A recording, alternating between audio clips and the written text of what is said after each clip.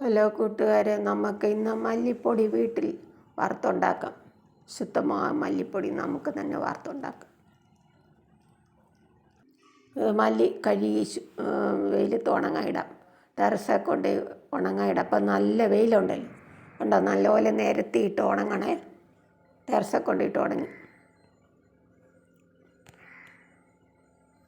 ഉണങ്ങിക്കൊണ്ട് വന്നു.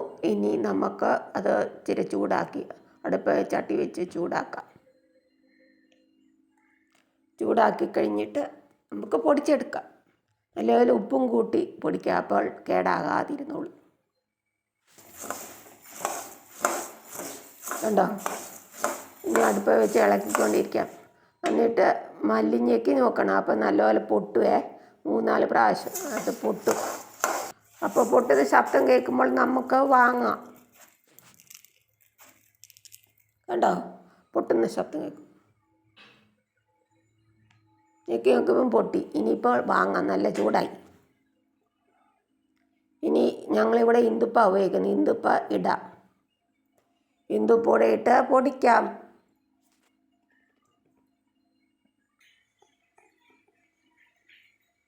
ഈ മിക്സിയുടെ ജാറിലിട്ട് പൊടിക്കാം.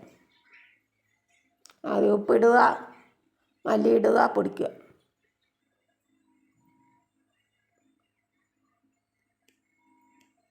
ചൂടാറിക്കഴിഞ്ഞ് വേണം പൊടിക്കാൻ, അല്ലെങ്കിൽ മിക്സി കേടാവും. ഇളം ചൂട് മതി. പൊടിച്ചു. ഇനിയിപ്പോൾ ഇളക്കിയിട്ട് ഒന്നുകൂടെ പൊടിക്കാം.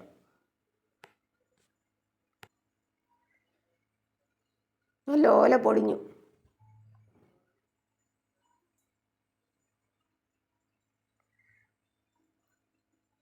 രണ്ടു പ്രാവശ്യം പൊടിക്കാനുണ്ട്. എല്ലാം അവിടെ പൊടിച്ച് സൂക്ഷിച്ച് വെക്കാം.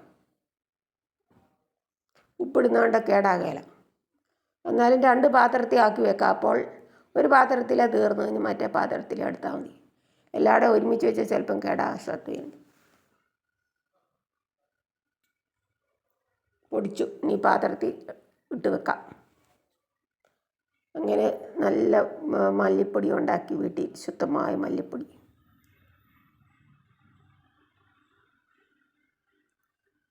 അടുത്ത പൊടിക്കാം. പൊടിക്കുമ്പോൾ കുറേ ഉണ്ടാക്കി വെക്കും. എന്നിട്ട് തീർന്നു കഴിഞ്ഞാൽ അടുത്ത് പൊടിക്കും. കണ്ടോ?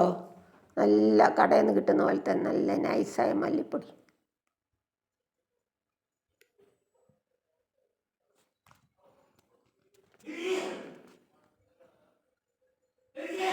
നമ്മളിവിടെ കൊണ്ടുവന്ന് കഴുകിപ്പറക്കി, നല്ലപോലെ കഴുകിപ്പറക്കി വെയിലെത്തിയിട്ട് നല്ലപോലെ ഉണങ്ങിക്കഴിയുമ്പം തന്നെ ഞെക്കി നോക്കിയാൽ പൊട്ടിപ്പോവും. അത് കഴിഞ്ഞ് പിന്നെ ഒന്ന് ഇച്ചിരി ചൂടുകൂടെ ആക്കുക അടുപ്പ് വെച്ച്.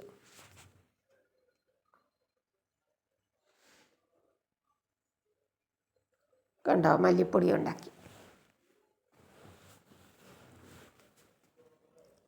കുറേ നാളിരുന്നോളും കേടാകാതെ, ഉപ്പ് ഇട്ടുകൊണ്ട്.